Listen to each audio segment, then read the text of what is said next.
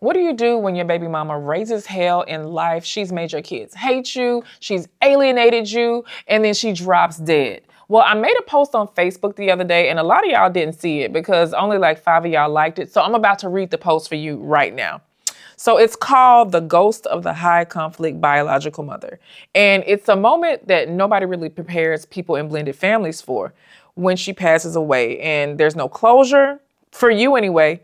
There's no healing, there's no accountability, but she literally passes away in the middle of the storm that she's created. And you're not completely innocent either, but y'all know how this goes.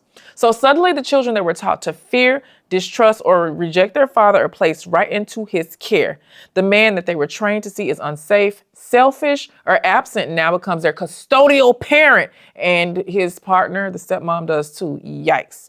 So the stepmother who was once painted as the villain now becomes a woman who has to tuck them in, make their lunches, and try not to say the wrong thing in a house full of grief and ghosts.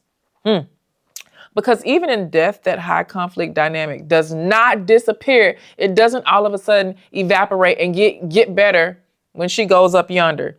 It changes form. It just looks like something completely different. In my opinion, it can actually be way worse than when she was alive. The stories don't die with her. Her narrative does not fade. And the emotional conditioning that she implanted in those kids for all those years remains. In fact, it often intensifies. So when somebody dies, when people normally die, they're frequently granted sainthood. Y'all know how good they talk about people at the funerals, and they were the biggest hell raisers in this life. But the preacher wants to get up there, the priest wants to get up there and say all these nice things about them when you and I both know they're probably wherever they are in this next life. Their flaws get softened, and the harm that they created is forgotten in the moment. The chaos is rebranded as struggle. And the children who are already shaped by years of loyalty binds and fear-based narratives now feel an even greater pressure to protect her memory, to defend her, and to keep her stories intact. That's scary when they live with you every day. So then dad is no longer just a bad parent. You become the one that took her away. You become the one that didn't understand her. You become the one that made her life so much harder and that doesn't get it. And the stepmom, she stands in the space that the ghost still occupies.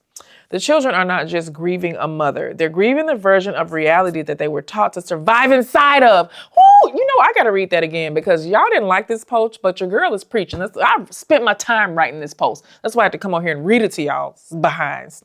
I'm going to read that again. The children are not just grieving a mother. They're grieving the version of reality that they were taught to survive inside. I gotta write an ebook about that. Damn. They're grieving the person who told them to love, how to fear, and how to see themselves. And now they're being forced to re-engage with a parent that they were trained to distrust, not because they're ready, but because there's nowhere else for them to go. That's not a reunion. This is emotional whiplash for everybody. So what do you do when she's gone, but then her influence still runs the house like a thief in the night?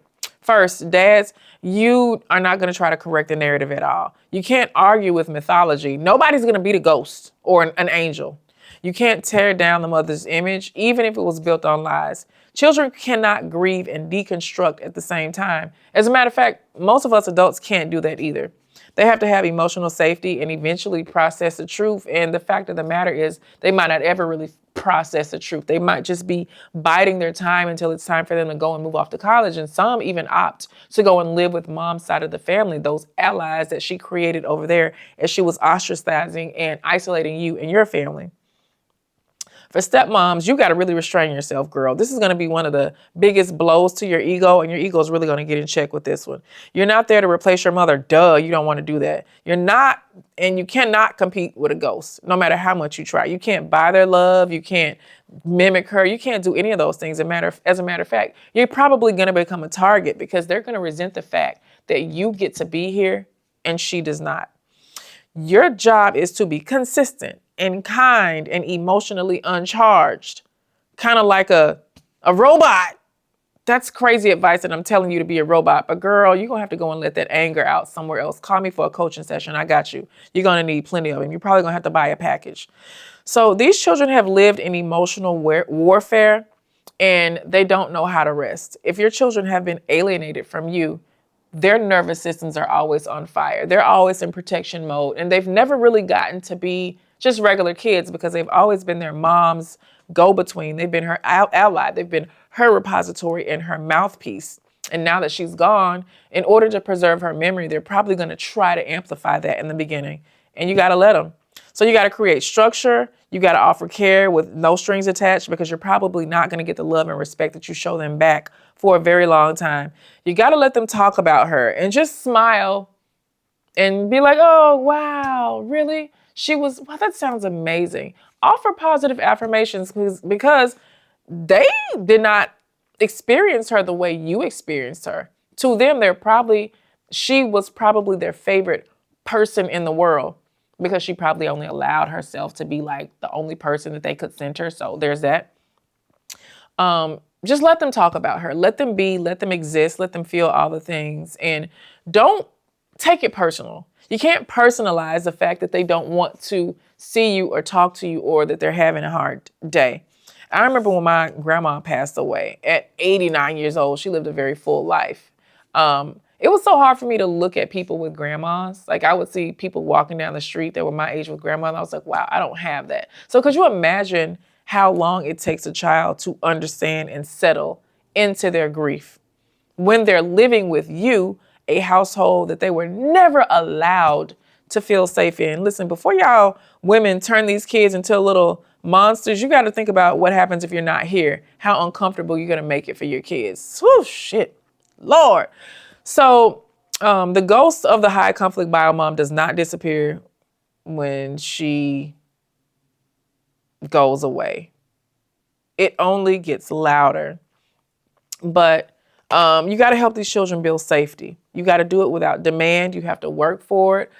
These kids are in an unresolved war, and it's going to take time and healing and rebuilding of trust and getting acquainted with your children again, with this newness, with this redefinition of what it means for them to be in your lives and for you to be in theirs. So it's going to take time. It's going to take patience.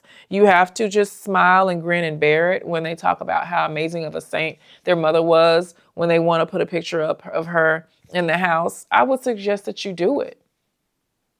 It ain't like she gonna come take it down.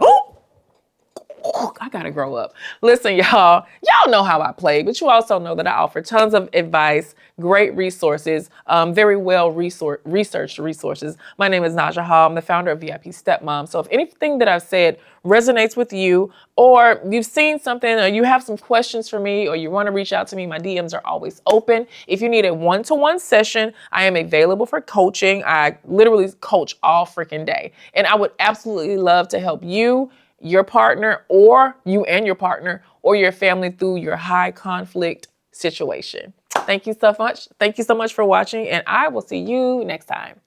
And y'all go and like that post, okay? Thank you.